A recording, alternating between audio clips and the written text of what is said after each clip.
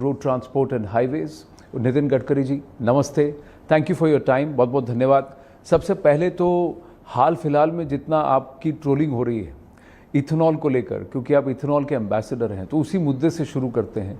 ये क्यों हो रहा है आपके हिसाब से? पहली बात, मैं इथेनॉल का एम्बेसडर नहीं हूँ। हाँ, मैं 2004 से इस देश में 22 लाख करोड़ रुपए का अभी फॉसिल फ्यूल इंपोर्ट होता है। अभी वो काफ़ी बढ़ रहा भी है और देश से इतना पैसा बाहर जाता है।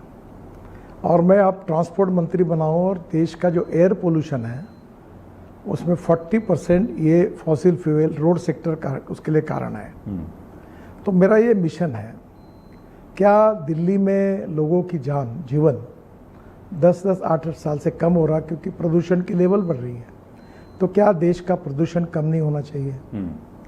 क्या देश में 22 लाख करोड़ देश के बाहर जा रहे हैं, क्या ये पैसा किसानों के जेब में न जाए? गरीब गांव, गरीब मजदूर किसान, जहां किसान का फायदा हो, गांव के विकास हो। तीसरी बात, ये सब करते समय हमारे देश में अब सरप्लस ऑफ फूड ग्रेन ये प्रॉब्लम है। हाँ। एक समय ऐसा था कि शॉर्टेज ऑफ फूड ग्रेन था, हमारे गोदामों में रखने के लिए जगह नहीं है। अभी राइस की स्थिति ऐसी हुई कि हमने प्लेटफॉर्म पर, रेलवे प्लेटफॉर्म पर चावल रखना पड़ा। तो क्या अभी हम लोग फूड ग्रेन से, एक छोटी सिंपल बात बता दूं कि हमने मक्के से इथेनॉल बनाने की बात शुरू की, निर्णय किया कैबिनेट ने और वो शुरू हुई। आपको पता है उस समय मक्के का प्राइस, मार्केट प्राइस 1200 रुपये क्विंटल था और एमएसपी 1800 रुपये क्विंटल थी। और देखो जैसे हमने निर्णय किया तो मक्के की प्राइस 2600 से 2800 रुपये क्विंटल गई। हाँ। और बिहार और यूपी के किसानों के जेब में 45,000 करोड़ रुपए गए।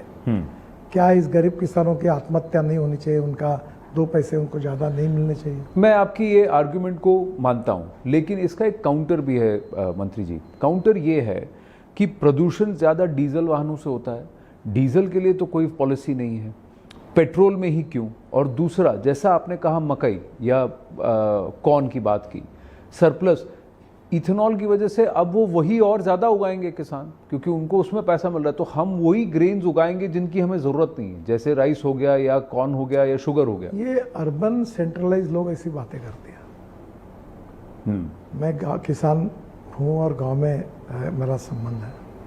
आज किसानों में, हमारे देश के जीडीपी में केवल एग्रीकल्चर सेक्टर का 13%, 14% कंट्रीब्यूशन है और population belongs to agriculture allied sector 60% है। हाँ।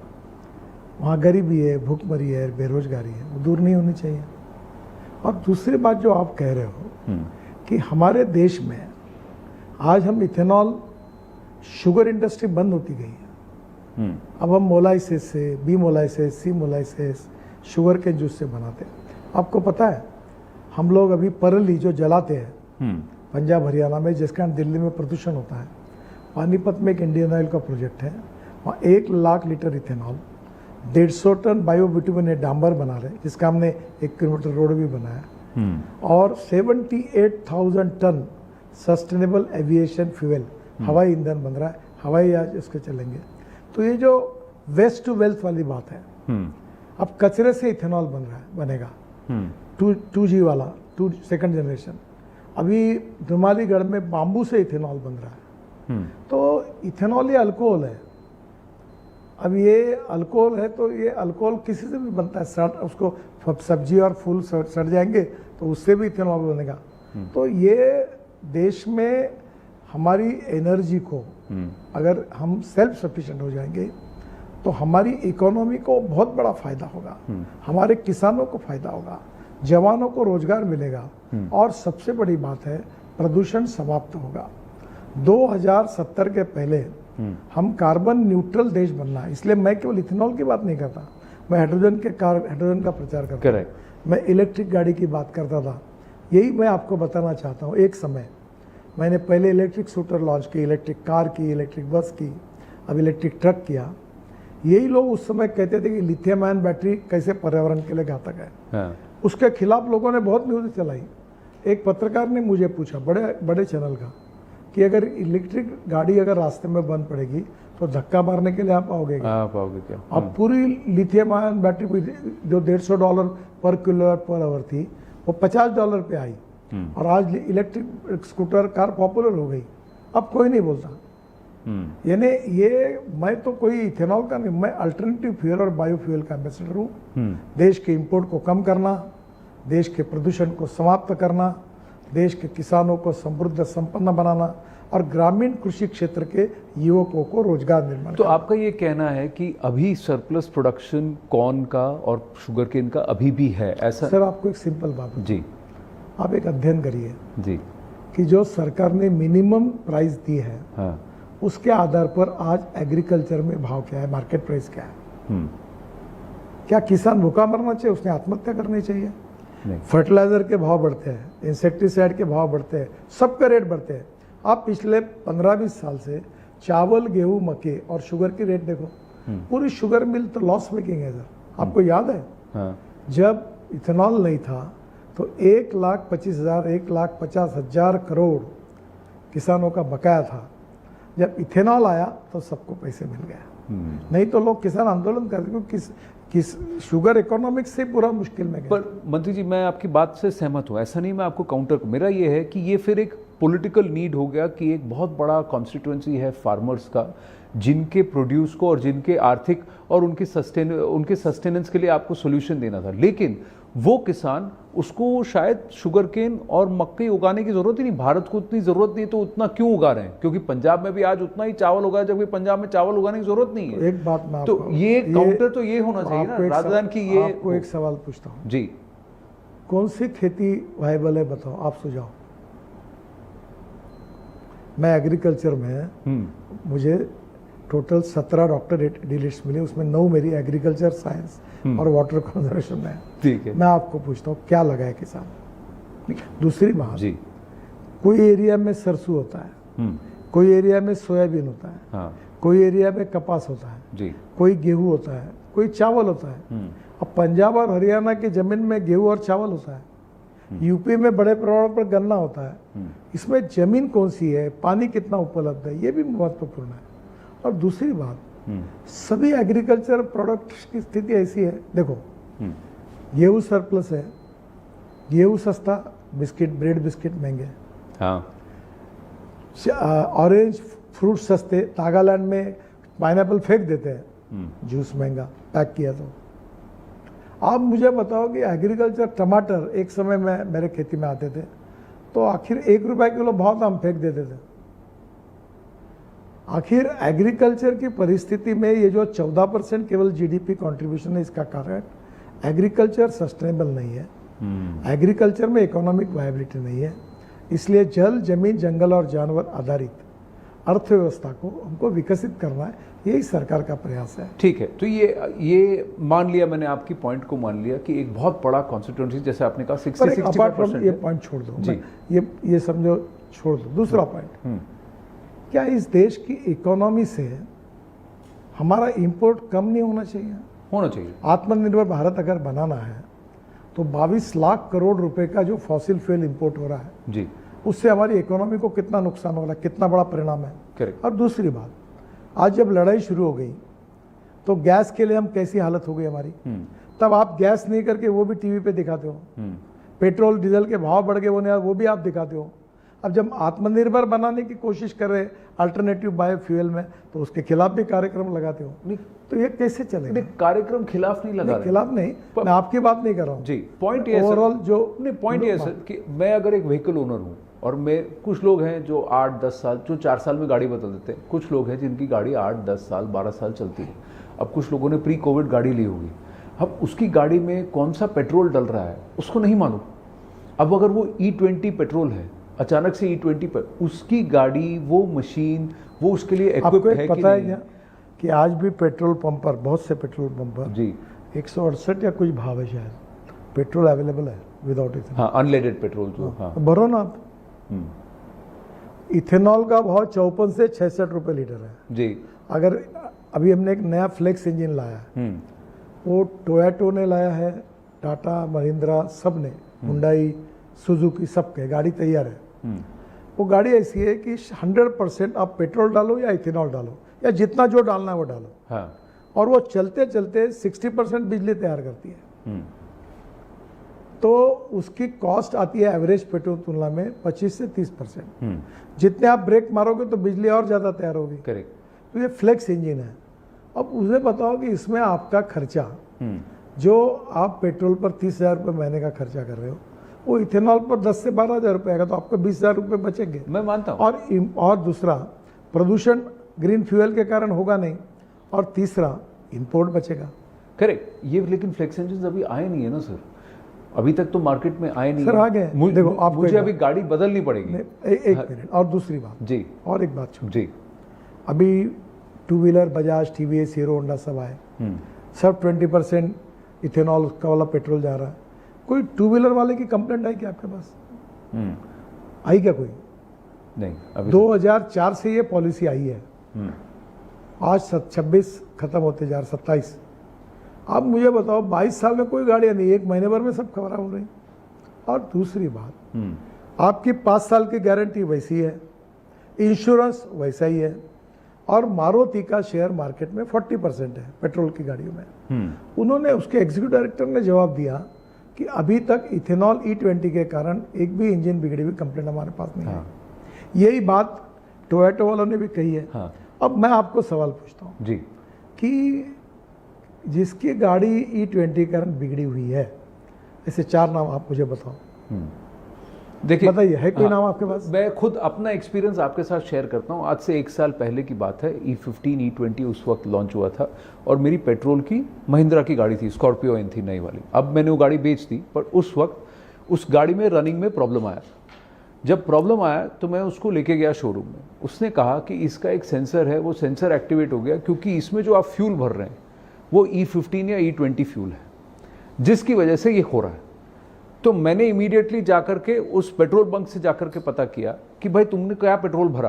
तो बोला सर हमारे यहाँ तो अभी सारा मिक्स्ड ही आता है, ये पूरा E15 ही आता है, अब ये E15 ही फ्यूल आता है। तो उसने E15 फ्यूल भरा। फिर मैं आपको बताता हूँ, मैंने आपकी टीम से संपर्क किया और मैंने उनसे पूछा कि भाई मुझे तो मैकेनिक ये कह रहा है, तो क्या ये सही है कि ये फ्यूल की वजह से हो रहा है?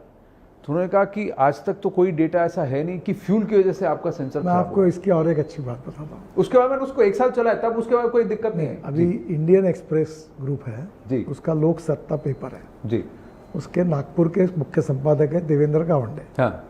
उनका एक दिन मुझे फोन आया और नितिन जी मेरी गाड़ी बिगड़ गई है और मैकेनिक कह रहा है इथेनॉल के कारण बिगड़ी है। हाँ। तो मैंने कहा आपकी गाड़ी कौन से कंपनी की है? हाँ। तो बोले मेरी जीप कंपनी की गाड़ी है।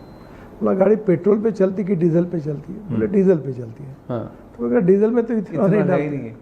तो मैंने बोला ये कैसे? देखो व्यक्ति की भी तबीयत बिगड़ सकती है, पहलवान भी होगा अच्छा होगा तो बिगड़ सकती है, कभी सर दर्द हो सकता है, तो ये गाड़ी है, कम ज़्यादा हो सकता है। मेरा कहना ऐसा है कि आपकी गाड़ी अगर इंजन में खराबी फ्यूल के कारण होती है, वैसे हमने 4 साल इसके लिए प्रयोग होते हैं, 4 साल लगते हैं, फिर ऑटोमोबाइल कंपनी अपने अलग प्रयोग करती है। दूसरी बात 13 देशों में ये चल रहा है, ब्राज़ील में यही ब्रांड है, टोयोटो, हुंडई सब यही है। वहाँ भी इथेनॉल 27% है पेट्रोल में। हाँ।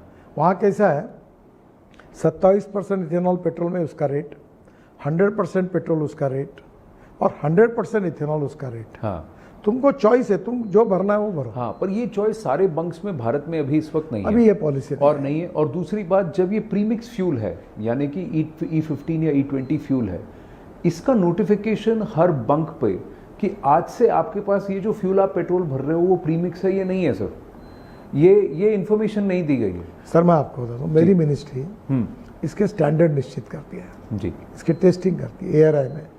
ये 4 साल इसके रिपोर्ट होते हैं, 2 लाख मीटर इसके इंजन की टेस्ट होती है, फिर प्राइवेट गाड़ियाँ करती है और उसके बाद ये आती है। मैं आपको एक सिंपल बात बताऊँ, ये सुजुकी वर्ल्ड में है, जापानी कंपनी। करेक्ट। ये टोयोटो वर्ल्ड में है जी, अमेरिका में लीडिंग है, सब जगह पर ये है जी। ये जितनी गाड़ी हुंडई है पूरे है। आपको लगता है कि ये लोग अपने रेपुटेशन की चिंता नहीं करते? ये जब इस फ्यूल को मान्यता देते वो प्रयोग नहीं करते हैं? सब प्रयोग होने के बाद ये हुआ। अभी एक मैंने पढ़ा, सोच लो कि मैं गन्ने का जूस निकाल रहा हूँ और गाड़ी में वो डाल रहा है और इथेनॉल के कारण इंजन में मक्खियाँ लगी है। हाँ, चिटिया। हाँ, अब मुझे बताओ, इथेनॉल मीन्स अल्कोहल, हाँ, और अल्कोहल जो होता है, तुम ब्रांडी विस्की रम पीने वाले लोग क्या कम नहीं, मैं तो नहीं पीता पर पीने वाले हैं, तो जब कहीं देखा क्या कोई ग्लास में डाल दिया और चिट्टी लग गई, मक्खी बैठी लगा कि देखा आपने कभी? कुछ भी बात करके ये उल्टा सीधा करके जब कन्विंस नहीं किया जाता तो कंफ्यूज करना शुरू होता है। हाँ, इसमें क्या है, कुछ लोग समझ कर रहे हैं, हाँ, कुछ लोग ना समझे, उनको पूरी जानकारी नहीं मिली इसलिए कर रहे हैं, और कुछ लोग जो है वो जानबूझकर पॉलिटिकली मोटिवेटेड कर रहे हैं। ये पॉलिटिकली मोटिवेटेड वाले पे मैं एक सेकंड में आता हूँ। कुछ ऑटो विशेषज्ञों का कहना है और उन्होंने ये कहा कि ब्राज़ील ने इथेनॉल की वजह से या इथेनॉल ब्लेंडेड फ्यूल की वजह से मशीन में जो प्रॉब्लम है, एक तो स्पार्क प्लग चेंज करना, और दूसरा कि थोड़ा सा अगर वाटर रेसिड्यू आपके टैंक में आता है तो उसके लिए एक मिक्सचर है जिसको कि हर 3 से 5,000 किलोमीटर में आपको ऐड करना चाहिए। ब्राज़ील ने कुछ वहाँ पर संशोधन किए अपने इंजन्स में, स्पार्क प्लग्स में, जिसकी वजह से ये पूरी तरह से ट्रांजिशन हो पाया। ये चीज़ भारत में नहीं हुई। अब एक मिनट, अच्छा हुई है। अच्छा देखो, ब्राज़ील में जो कंपनी है जी, वही भारत में है, इंजन बनाने वाली, गाड़ियाँ बनाने वाली, और जो ब्राज़ील में वो ये हुआ। इसमें और एक बात आपको जोड़ देता हूँ जी, जो एकदम 15-20 साल पुरानी गाड़ियाँ हैं, हाँ, उसके जो वॉशर्स है वो मेटल के हैं। जी, जी, तो ये जब गाड़ियाँ सर्विस को जाती है तो उनका रिकमेंडेशन था कि ये रबर के करने चाहिए, तो मारुति जब जाती है उन्होंने लगा के दिए। अच्छा, वो चुपचाप उन्होंने ही लगा दिया। देखो, आज कंपनियां जो इसमें जो कुछ है वो सब उन्होंने किया है। जो ब्राज़ील में इंजन है वही इंडिया में है, ब्रांड वही है, टेक्नोलॉजी वही है, और ये ब्राज़ील नहीं, ये अमेरिका में है, ब्राज़ील में है, थाईलैंड में है, स्वीडन में है, जापान में है, 13 देशों में है। ये देश क्या विदाउट प्रूवन, विदाउट टेक्नोलॉजी, बिल्कुल कोई आया नितिन गडकरी डाल दे रहे थे ना, ऐसा चल रहा है क्या? ऐसा नहीं है। प्रॉब्लम क्या हुआ है, गाड़ियाँ बिगड़ सकती है। हाँ, समझो, एक आधे बार कभी आपकी तबीयत, आपको टेम्परेचर आता है तो कोई वायरल इन्फेक्शन भी हो सकता है, कभी आपको खांसी आती है तो और कोई कारण हो सकता है, कभी कभी हार्ट में प्रॉब्लम आ सकता है, कभी किडनी में आ सकता है। तो जब व्यक्ति को आ सकता है तो मशीन को भी आ सकता है। करेक्ट। रोड में भी कई प्रॉब्लम आ सकते हैं, भाई दावा नहीं कर सकते कभी आएंगे नहीं, तो ये आने वाला है। पर इसका मतलब ये नहीं है कि आप हर बार वो इथेनॉल डाला उस मशीन के कारण आया। इसलिए बेस्ट वे इज, मेरा सुझाव है कि आप गारंटी पीरियड में हो, आपका इंश्योरेंस सुरक्षित है, आप डीलर के पास जाओ, आप पूरे गाड़ी का टेस्टिंग करो, और डीलर बताएगा उसको, कोई उसका मैकेनिक बताएगा, और उसमें अगर डीलर ठीक से, कंपनी आपको सर्विस नहीं दे रही तो इसके नियम बनाने वाला मैं हूँ, मेरी मिनिस्ट्री है, मेरे मिनिस्ट्री में आपका ईमेल कर दो। हाँ, मैं इंक्वायरी कहीं ना कहीं लोगों को ये लगता है कि यार मुझे बताया नहीं, और मेरी गाड़ी E15, E20 और अब E25 के लिए रेडी है कि नहीं मुझे बताया नहीं। तीसरा, कंज्यूमर को ये लगता है कि मेरे को फ़ायदा भी पहुंचा नहीं। आप कहते हो इथेनॉल 25% इथेनॉल लगाए तो मेरे को तो 75% ही पेट्रोल का दाम देना चाहिए, वो प्राइस बेनिफिट भी मुझे साफ दिखा नहीं। अच्छा, पहली बात तो ऐसी है कि हमारा इसका नोटिफिकेशन निकलता है, देश में 1450 करोड़ लीटर इथेनॉल लगता है, अब कैपेसिटी 1700-1800 करोड़ लीटर हो गई जी। पेट्रोलियम मिनिस्ट्री इसका टेंडर निकालती है और कैबिनेट इसका रेट तय करती है, और 550 इंडस्ट्रीज हैं।